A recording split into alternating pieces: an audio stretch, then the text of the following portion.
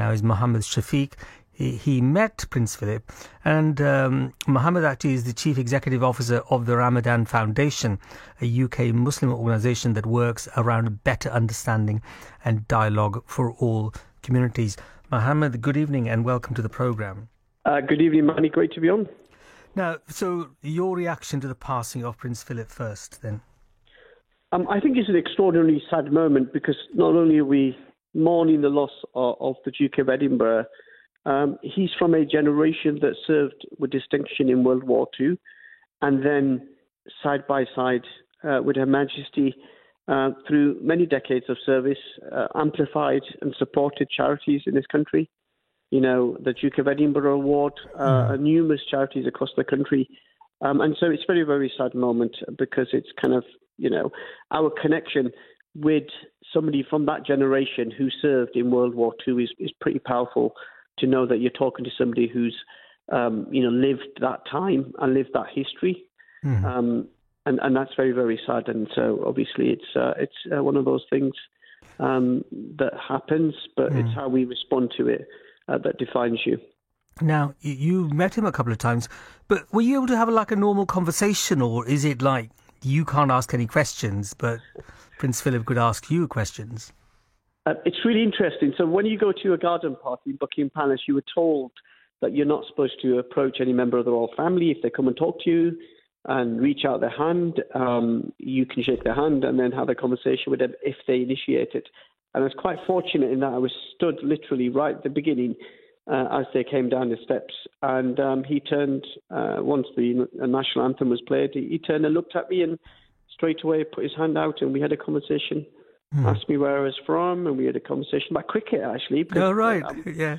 It's typical, isn't it? Talk to an Asian bloke, and pretty much most of us like English cricket. Yeah. And he liked cricket as well. He was very passionate, former president of the MCC.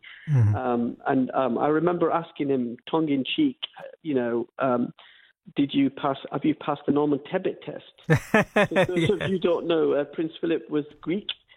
Born in Greece, of Danish heritage, and so I did have a bit of a chuckle at that. But yeah, he's pretty down to earth, respectful, and wasn't. I think sometimes we get taken in by the mistakes one makes, and we define somebody based on those mistakes. I'm talking about his gaffes and alleged offence. So the offences towards people based on race, and I'm not belittling that.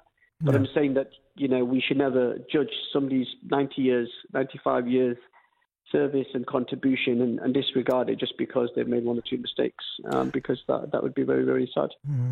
Now, Prince Philip served in World War II and across the Commonwealth. Thousands of Muslims, Hindus, Sikhs and Christians, my father was actually in the Second World War as well, served alongside others in the World Wars. So quite a history there with South Asian communities. Tell me a bit more about that history. Well, I think people, we were just talking about money, about judging somebody based on those mistakes. Actually, Prince Philip is somebody who loved the Commonwealth. He spent lots of time traveling around the Commonwealth and building those relationships and amplifying that voice. And he was somebody who took a deep interest in religion. He was very aware and understanding of the Sikh faith, for example, or the Hindu faith, or the Muslim faith, and the Jewish faith as well. So he was somebody who understood religion, understood how communities have been strengthened in this country and around the world by faith. And I think that really played a big impact on him. And then you can see that in the Duke of Edinburgh Award. If you go to India, there are people taking the Duke of Edinburgh Award as they're in Pakistan and Bangladesh. And so I think that's that's his legacy. That's what he'll be remembered for, inspiring young people around the world to take a chance. Yeah, in fact, I did the Duke of Edinburgh Award scheme in the 70s, can you believe it, with the Air Cadets. Wow. I got to the silver. Oh, yeah, I know. I don't sound old, but I am. Funny enough, I was 64 last week. But anyway, tell me about, with the Asian culture, death is, people actually pay a lot of tribute and respect to the person who's died and to the family as well. So what's your message and that of the Ramadan Foundation to the Queen and the royal family at this time? I think it's a moment of real sadness for Her Majesty, the Tower of Strength, as she described.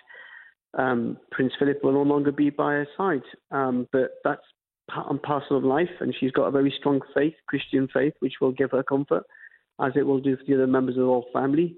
And I think they'll take some comfort from the love that there is across the world at this moment, and take great strength from that. And obviously, all of our love and condolences to Her Majesty and the rest of the royal family. Well, Mohammed from the Ramadan Foundation, thank you very much for joining us on the programme. Thanks, Bonnie.